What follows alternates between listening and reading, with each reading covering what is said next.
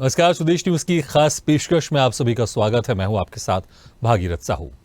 Russia Ukraine युद्ध को 1 साल से ज्यादा का समय हो गया। रशिया के राष्ट्रपति व्लादिमीर पुतिन युद्ध में यूक्रेन को परास्त कर यूक्रेन के राष्ट्रपति जेलेंस्की का तख्ता पलट करना चाहते थे, लेकिन अब खुद पुतिन की गद्दी पर खतरा मंडरा रहा था। हालांकि पुतिन ने इस खतरे को टाल दिया है, लेकिन सवाल बहुत सारे खड़े हो रहे हैं यहां पर कि क्या जो भी खतरा टला है, क्या ये हमेशा के लिए टल गया है, या फिर जो विरोध के स्वरूप यहां पर दिखाई दिए रशिया में, जिस तरह से जो प्राइवेट आर्मी थी वैगनर ग्रुप ने बगावत की जो घोषणा कर दी थी, और वैगनर आर्मी के मालिक येवगेनी प्रिगोजिन ने अपने प्राइवेट आर्मी के साथ मॉस्को कूच कर दिया था। हालांकि उसके बाद ये रद्द हो गया है क्योंकि जो आर्मी है वहां से वापस लौट चुकी है, लेकिन सवाल बहुत सारे यहां पर खड़े हो रहे हैं क्योंकि जो प्राइवेट आर्मी थी वो राजधानी मॉस्को से महज 200 किलोमीटर दूर वहां पर सेना ने अपना डेरा जमा लिया था। और इसके पहले शुक्रवार देर रात रूसी सीमा में दाखिल होने के बाद वैगनर आर्मी ने रेस्तोव शहर और मिलिट्री हेडक्वार्टर पर कब्जा कर लिया था। प्रिगोजिन ने रूस के रक्षा मंत्री को रेस्तोव आकर उनसे मिलने के लिए कहा था। ऐसा लग रहा था कि राष्ट्रपति पुतिन के नाम के आगे से राष्ट्रपति शब्द हट जाएगा और रशिया को कोई नया राष्ट्रपति मिलेगा, लेकिन पुतिन की ताकत को येवगेनी प्रिगोजिन ने कम आंक लिया था। वो भूल गए थे कि सालों से रशिया की सत्ता पर काबिज व्लादिमीर पुतिन ऐसे ही दुनिया के ताकतवर लीडर में नहीं गिने जाते। प्रिगोजिन के बगावत के बाद पुतिन एक्शन में आए। पुतिन ने देश की जनता को संबोधित किया था। उन्होंने वैगनर और प्रिगोजिन को गद्दार बताया। पुतिन ने कहा था, वैगनर ने हमारी पीठ में छुरा घोंपा है, हमारे साथ ये विश्वासघात हुआ है, जो कोई भी विद्रोह करेगा उसे दंडित किया जाएगा। फिर पुतिन ने अपने पासे फेंकने शुरू किए और कैसे इस विद्रोह को खत्म किया जाए इस रणनीति पर काम शुरू किया, और पुतिन की रणनीति काम आई। Wagner group chief Yevgeny Prigozhin और रूस के बीच शनिवार रात को आखिर समझौता हो गया। रूस को नया राष्ट्रपति देने की बात कहने वाले येवगेनी प्रिगोजिन ने महज 12 घंटे में ही ऐसी पलटी मारी कि वो समझौते के टेबल पर आ गए। बेलारूस के राष्ट्रपति अलेक्जेंडर लुकाशेंको ने वैगनर ग्रुप के चीफ येवगेनी प्रिगोजिन के साथ रूस का समझौता कराया, लेकिन इस समझौते के बाद भले ही अभी फिलहाल जो तख्ता पलट की संभावना थी वो टल गई है, लेकिन सवाल यहां पर खड़ा यह होता है कि क्या इस तरह के विद्रोह फिर से प्राइवेट आर्मी वैगनर की तरफ से अगर देखने को मिला तो कितना नुकसान इसको होगा पुतिन को, और पुतिन इसमें कितने कमजोर हो गए हैं, क्योंकि अगर उनके देश में ही इस तरह का विद्रोह देखने को मिल रहा है तो कहीं ना कहीं पुतिन की साख पर असर पड़ेगा। और क्या इस सब के पीछे पश्चिम देश खासकर अमेरिका जिम्मेदार है, या अमेरिका के सरपरोशी उनके सरपरस्ती के साथ ही यह विद्रोह देखने को मिला? तमाम बहुत सारे सवाल हैं और इसी सवाल को हम समझने की कोशिश करेंगे कि क्या कुछ चल रहा है अभी रशिया में और इसका असर पूरे देश में क्या कुछ होगा, पूरी दुनिया में क्या कुछ होगा। और इसी खास मुद्दे पर चर्चा करने के लिए जो मेहमान हमारे साथ मौजूद है मैं उनका तारुफ करा देता हूं। हमारे साथ है रक्षा विशेषज्ञ अमरदीप त्यागी जी और विदेश मामलों के जानकार राजेश भारती जी। आप दोनों मेहमानों को बहुत बहुत स्वागत है हमारे इस खास चर्चा पर। सबसे पहले अमरदीप त्यागी जी, जिस तरह का ये आज पूरा प्रहसन देखने को मिला कि एक तरफ तो व्लादिमीर पुतिन, जिनको बड़ा ताकतवर लीडर माना जाता है पूरी दुनिया का, पिछले लेकिन 1 साल से एक छोटे से देश यूक्रेन को हरा नहीं पा रहे हैं और कहीं ना कहीं रशिया को नुकसान तो हो रहा है। लेकिन ये आज जो हुआ है पिछले कुछ दिनों में रशिया के अंदर कि जो प्राइवेट आर्मी ने मॉस्को तक पहुंच गई थी और तख्ता पलट करने की कोशिश की थी, फिलहाल पुतिन ने इसको टाल दिया है और इस समझौते के तहत अब वैगनर आर्मी पीछे हट गई। लेकिन कितना इससे नुकसान हुआ पुतिन की साख पर और क्या कुछ आगे इसमें देखने को मिलेगा रशिया के परिदृश्य से और पूरी दुनिया के परिदृश्य से? देखिए, ये जो वैगनर ग्रुप है इससे मर्सिनरी फोर्स में किराए के भाग के उठाई है, और मैं तो ये कहूंगा कि शायद व्लादिमीर पुतिन ने गलती किया उनको उसमें ट्रस्ट करके, लेकिन फिर भी क्योंकि जो ये प्रिगोजिन है he was very close to Vladimir Putin and that's why he was keeping it. But the thing is कि जो मर्सिनरी फोर्सेज होती है वो कब किसके साथ बिक जाए, किसके हाथ चले जाए, यू नेवर नो। एंड ये नॉट ओनली जैसे इसमें कहा जा रहा है कि वो जो वैगनर ग्रुप के कुछ सोल्जर्स थे उनके ऊपर रॉकेट से हमले हुए, या रशियन जो कमांडर्स थे उन्होंने उनके ऊपर हमले कराए, या इस तरह के आरोप प्रत्यारोप चल रहे हैं। लेकिन मुझे इसमें कहीं ना कहीं सैबोटेज की जो बू आ रही है, कहीं ना कहीं से इसमें जो नाटो या अमेरिकन जो गवर्नमेंट है उनका असर नजर आता है, क्योंकि मर्सनरी फोर्सेस को बहुत ज्यादा ट्रस्टवर्दी नहीं किया जाता। हालांकि आज ये खतरा टल गया है, जो बेलारूस के जो राष्ट्रपति है उन्होंने समझौता करा है, बट उसके बावजूद भी अभी जो हाल फिलहाल की जो खबरें आ रही है उससे लग रहा है कि रशियन आर्मी जो है, जो ट्रस्टेड गवर्नमेंट आर्मी है, उन्होंने उनके ऊपर हमला किया है या उनको घेरने की कोशिश की जा रही है। देखो इतना तो श्योर है कि इनको माफ तो नहीं किया जाएगा। व्लादिमीर पुतिन इज ऐसा पर्सन कि वो उनको पनिश तो जरूर करेगा लेटर सुना।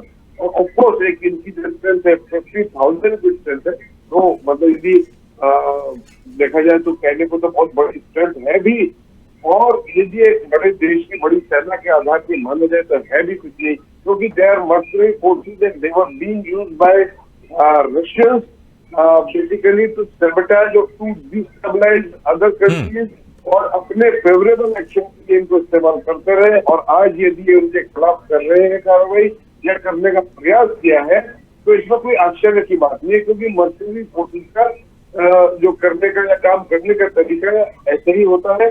और मैं नहीं समझता हूँ कि बहुत ज्यादा पुतिन से इसका असर पड़ेगा। थोड़ा बहुत 19-20 का फर्क पड़ेगा, क्योंकि 50,000 is quite sizable number of soldiers, और मोस्ट ऑफ देम जो है इनमें से वो जो जेलों में सड़ रहे थे या इस तरह के लोग हैं ज्यादा, और जो क्रिमिनल काइंड ऑफ पीपल, मतलब उसमें से तो बड़ा विश्वास करते थे पुतिन। बट हाँ, आज ये स्थिति है तो ऑफकोर्स अभी कुछ ज्यादा किया नहीं जा सकता उनका, क्योंकि जैसा लग रहा है कि इनको पनिश तो जरूर करेगा, या ये एग्जाइल में रहेंगे या आउट ऑफ मतलब रशिया तो उनका हो ही गया है। तो कहने का तात्पर्य है कि जो जिस चीज के लिए रशिया इनको इस्तेमाल करता रहा था, आज ये उन्हीं के खिलाफ या उसी एक्शन जो है खुद के खिलाफ हो गया है। तो ये मतलब मैं कहूँ कि it's not a matter of surprise, because mercenary forces का काम ही ऐसा है, वो करते इस तरह से, they're operating like this only.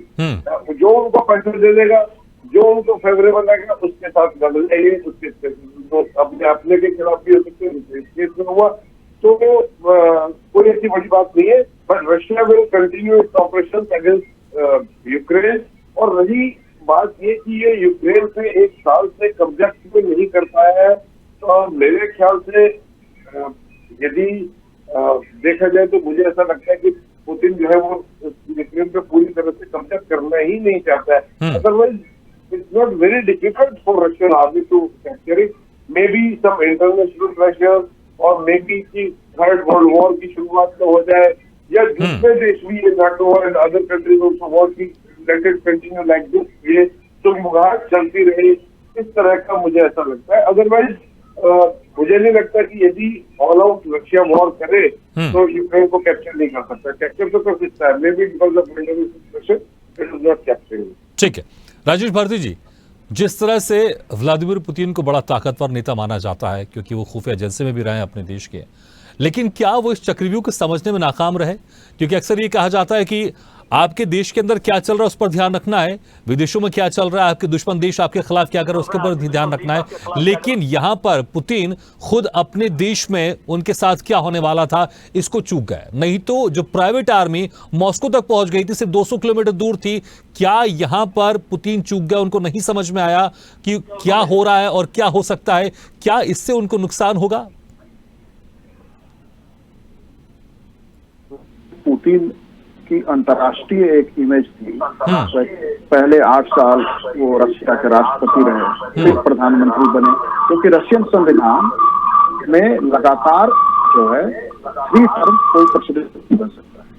तो इसीलिए वो फर्स्ट 2 टर्म प्रेसिडेंट रहे, देन प्राइम मिनिस्टर बने, फिर वो प्रेसिडेंट बन गए। और लग रहा था कि रशिया अब उनके पूरी तरह नियंत्रण में है।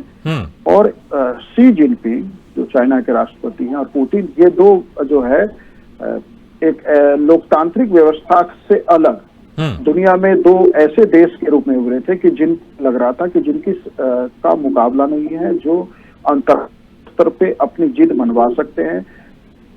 लेकिन पुतिन ने इस मामले में देखिए, यूक्रेन में जो युद्ध लंबा खिंच गया ये पुतिन को ये अनुमान नहीं रहा होगा कि ये युद्ध लंबा खींचेगा, लेकिन ये युद्ध यूक्रेन नहीं लड़ रहा। एक बात तो ये समझना होगा, ये इस युद्ध को जो है पूरा वेस्ट लड़ रहा है, जिसका लीडर अमेरिका है।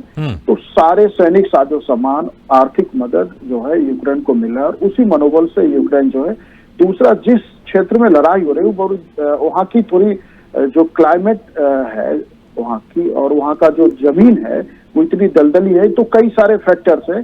तो पुतिन वहाँ उस तरह से सक्सेस नहीं ले पा रहे थे। ये जो वैगनर ग्रुप है वो वहाँ इसी लालच में आया होगा कि यूक्रेन पे कब्जा मिलेगा, और उससे एक जो है इस ग्रुप की एक अंतर्राष्ट्रीय इमेज बनेगी। ये लगभग कहा जा रहा है कि 50,000 से अधिक सोल्जर्स हैं जो कभी रशिया के ही एलिट फोर्सेज वगैरह का हिस्सा रहे हैं, उन लोगों से ही ये ग्रुप बना है।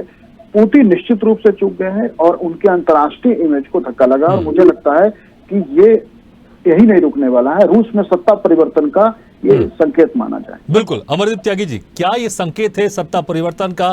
क्योंकि पुतिन अब कुछ समय के लिए यह मान ले जाए कि पुतिन कुछ समय के लिए वहां पर राष्ट्रपति रहने वाले हैं और सत्ता परिवर्तन होगा, क्योंकि कहीं ना कहीं एक इमेज तो खराब हुई है, जनता के बीच में एक इमेज खराब हुई है, क्योंकि जनता बिल्कुल नहीं चाहेगी। एक तरफ तो दूसरे देशों के साथ उनका युद्ध चल रहा है, उससे नुकसान रशिया के हो रहा है, तो वही उन्हीं के देश में जो एक मजबूत स्थिति थी, उन्हीं के देश में कोई एक प्राइवेट आर्मी आती है और सत्ता पर काबिज करने की कोशिश करती है। तो क्या अब इससे जो एक माहौल है वो और बनेगा पुतिन के खिलाफ, और पुतिन का तख्ता पलट ऐसे नहीं तो किसी दूसरे तरीके से होगा, या जनता और सड़कों पर आ जाएगी और पुतिन को खुद हटा देगी? क्या आप देख रहे हैं भविष्य में आप?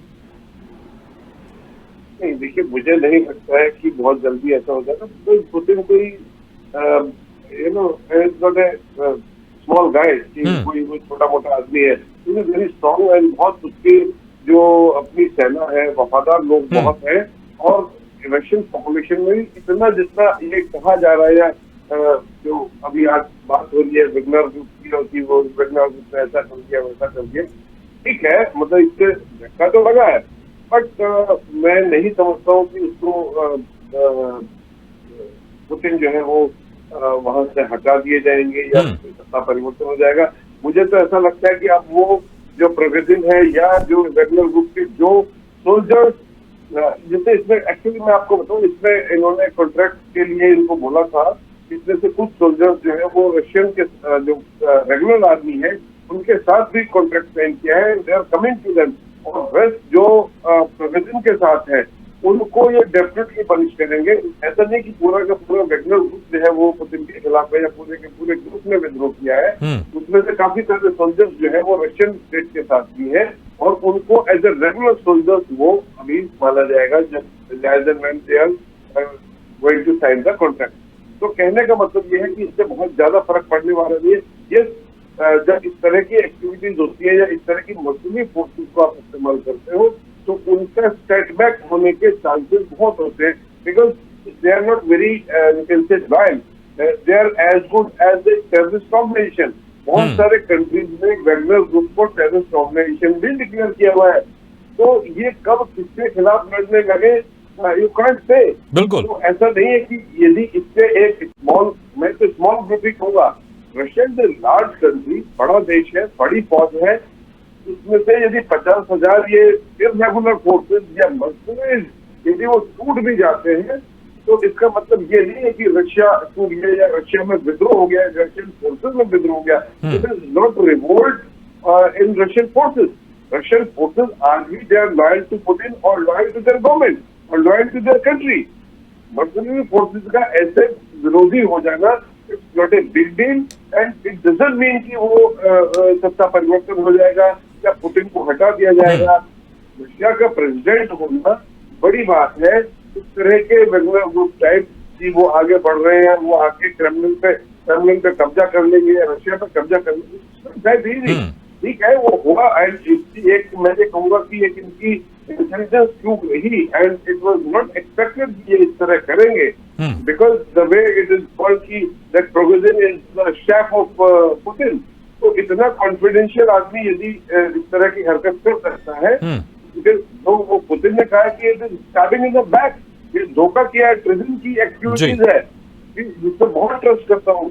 तो कहने का तात्पर्य है, बट दैट डजंट मीन कि वो इसको कब्जा कर लेगा या पुतिन को हटा देगा। Not such a big person. ठीक है, ठीक है राजेश भारती जी, अमरदीप जी कह रहे हैं कि कुछ ज्यादा कुछ खास असर नहीं पड़ेगा और उनकी सत्ता बनी रहेगी, लेकिन अक्सर एक कहावत है कि अगर शेर जख्मी होता है तो वो ज्यादा खूंखार होता है। तो अब जो ये इमेज पर नुकसान हुआ है पुतिन की, क्योंकि इसमें कोई शक नहीं है, हर जगह बात यही चल रही होगी, उनको भी अच्छा नहीं लग रहा होगा कि मेरे ही देश में मेरे खिलाफ इस तरह का विद्रोह, वो भी सैनिक विद्रोह। तो क्या पुतिन अब जो ये जंग चल रही यूक्रेन में वो और ज्यादा तेज हो जाएगी, क्योंकि अब पुतिन चाहेंगे इस जंग को जल्द से जल्द खत्म करना और यहां पर और आक्रामकता के साथ पुतिन अब हमला करेंगे यूक्रेन में? देखिए, अभी तत्काल तो ऐसा नहीं संभव है। अभी जो है वो सैनिक पहले बेलारूस पहुंचे, फिर उनके साथ कोई अस्थाई हल निकले, क्योंकि यूक्रेन में लड़ने वालों में ये अग्रिम पंक्ति के सैनिक थे जो ये सैनिक लड़ रहे हैं, वैगनर ग्रुप। दूसरा जो तानाशाही, क्योंकि पुतिन आज लोकतांत्रिक नेता भले अपने देश में माने जा रहे हैं, लेकिन अंतर्राष्ट्रीय जगत उन्हें अब लोकतांत्रिक लीडर नहीं मानता, क्योंकि सत्ता में जिस तरह से पुतिन ने कब्जा कर रखा है, अंतर्राष्ट्रीय जगत ये मान रहा है कि वहाँ लोकतंत्र है नहीं। और तानाशाही दुनिया में पूरा इतिहास हजारों वर्षों का भरा पड़ा है कि जब भी किसी तानाशाह के विरुद्ध कोई किसी तरह का कोई कॉन्स्पिरेसी हुआ है, वो सफल हो या नहीं हो, ये जो है ये संकेत होता है कि अब उस तानाशाह के दिन पूरे हैं। पुतिन जो है रसिया की राजनीति में धीरे धीरे, वो समय 2 साल में होगा, वो 4 साल में होगा, मैं ये नहीं जानता, लेकिन मुझे लगता है कि पुतिन का सत्ता रूस में जाने वाला है। रही बात यूक्रेन युद्ध के तीव्र होने का, नहीं, मैं इसलिए वही कह रहा हूं, क्योंकि अब डेंट तो हो गया उनकी इमेज में, तो क्या उसको बचाने के लिए अब पुतिन और आक्रामक होंगे? अब देखिए, अब रूस की सेना के पास जो भी हथियार है, सारे हथियार वहां आजमाए गए और यूक्रेन को जो है कहा जाए डिसिसिव डिफीट नहीं दे पाए हैं। एक ही अब ऑप्शन है कि आप न्यूक्लियर वारफेयर की तरफ जाए। न्यूक्लियर वारफेयर के अलावा बाकी रूस अपना हर संभव कोशिश कर रहा है। आप यदि मान लीजिए कि दिन में आप 100 अटैक्स कर रहे हैं, आप 200 अटैक्स कर देंगे नंबर, लेकिन यूक्रेन का 25% से अधिक क्षेत्र आज तक ये रूस कब्जा नहीं कर पाया है। तो यूक्रेन में निश्चित रूप से जो है ये असफलता मानी जा रही है। और शायद पुतिन को लेके जो ये हमें अगर ये इसको अगर एक छोटी भी घटना माने, तो ये हुआ भी इसीलिए है कि पुतिन से जो आशा रहा होगा, जिस लेवल की सैनिक तैयारी, जिस लेवल के सैनिक साजो सामान, कि यूक्रेन में कुछ महीनों में ये कर लेंगे। लेकिन वो चाहे अब ये राइटर्स के अनुसार या दुनिया के अलग अलग चैनल्स से जो न्यूज आ रहे हैं कि वैगनर ग्रुप का यूक्रेन के क्षेत्रों को लेकर विवाद था, वैगनर ग्रुप को अस्थायी आर्मी में ज्वाइन करने कहा गया था। वैगनर ग्रुप के तो जो लोग हैं वो है ही ऑलरेडी रशियन एलिट फोर्सेज के लोग, वो और वो सब जो है वहीं से निकल के आए हैं या उन्होंने रिटायरमेंट के बाद यहाँ ज्वाइन किया है। तो ये बात नहीं है, यूक्रेन पे अटैक नहीं अभी तो। अब पुतिन को जो है, क्योंकि ये हुआ क्यों, क्योंकि मॉस्को के 200 किलोमीटर के रेंज में पहुंच जाना, सैन्य मुख्यालय पे कब्जा कर लेना, रूस के एक शहर पे कब्जा कर लेना, पुतिन का जो है ये मान लीजिए कि पुतिन की सत्ता का अंत जो है मुझे नजदीक दिखता है। ठीक है, लेकिन अमरदीप त्यागी जी देखिए, लगातार अमेरिका और नाटो देश लगे हुए हैं कि रशिया को कैसे परास्त किया जाए। भले यूक्रेन के पीछे से बंदूक रखकर नाटो देश अमेरिका चला रहे हैं, लेकिन जैसा आपने शुरू में कहा कि यूक्रेन रशिया से जंग नहीं लड़ रहा है, बल्कि अमेरिका नाटो देश रशिया से जंग लड़ रहे हैं। और एक टेक्निक ये भी है कि रशिया को कितना नुकसान पहुंचाया जाए। सबको पता है कि पिछले जब जंग लंबी चलती है तो दोनों देशों को नुकसान होता है, रशिया को तो नुकसान हो ही रहा है क्योंकि कोई खास सपोर्ट दूसरे देशों से नहीं मिल रहा है। तो इसमें क्या रणनीति है अमेरिका की? क्योंकि विद्रोह के पीछे अगर यही मान लें कि इसमें अमेरिका ही है, तो उसकी आगे और रणनीति क्या होगी और कैसे पुतिन उससे निपटेंगे? देखिए, अभी जैसे आपने भी कहा कि घायल शेर जो है वो ज्यादा खतरनाक हो गया, तो सबसे पहले तो वैगनर ग्रुप को जो है वो सॉर्ट आउट करने वाला है, जो मुझे लगता है।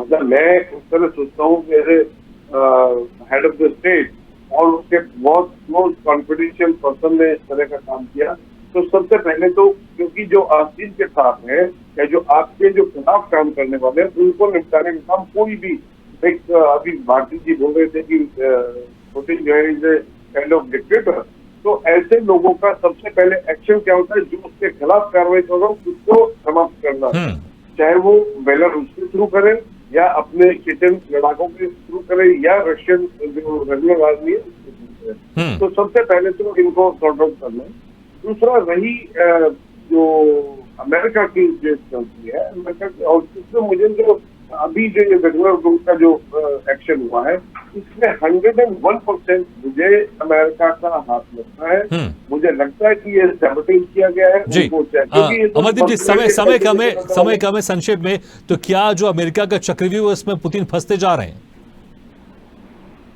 ऑफ कोर्स 1 साल तक फंसे तो हुए ही है, बिकॉज नाटो के एक्शन पे उसने किया है। बट मुझे ऐसा नहीं लगता है कि पुतिन उससे हार मान जाएंगे या उससे पीछे हट जाएंगे। वो मुझे नहीं लगता है, वो इसमें लड़ते रहेंगे और as and when he Ukraine को कैप्चर करना, तो he will be able to capture. ठीक है, समय कम है, संक्षेप में कुछ सेकंड में जवाब दीजिएगा राजेश भारती जी। क्या अमेरिका के चक्रव्यूह में पुतिन फंसते जा रहे हैं?